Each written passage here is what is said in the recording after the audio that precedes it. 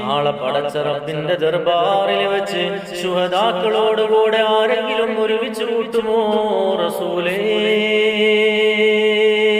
ആരെങ്കിലും ഒരുമിച്ച് കൂട്ടുമോ ഹബീബേ?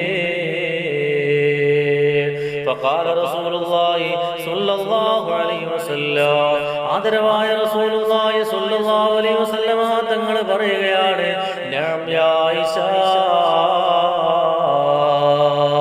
ഉണ്ട് ആയിഷ, നാളെ ശുഹദാക്കളോടുകൂടെ അല്ലാഹുവിന്റെ ദർബാറിലെത്തുന്ന ആളുകളുണ്ട് ആയിഷ.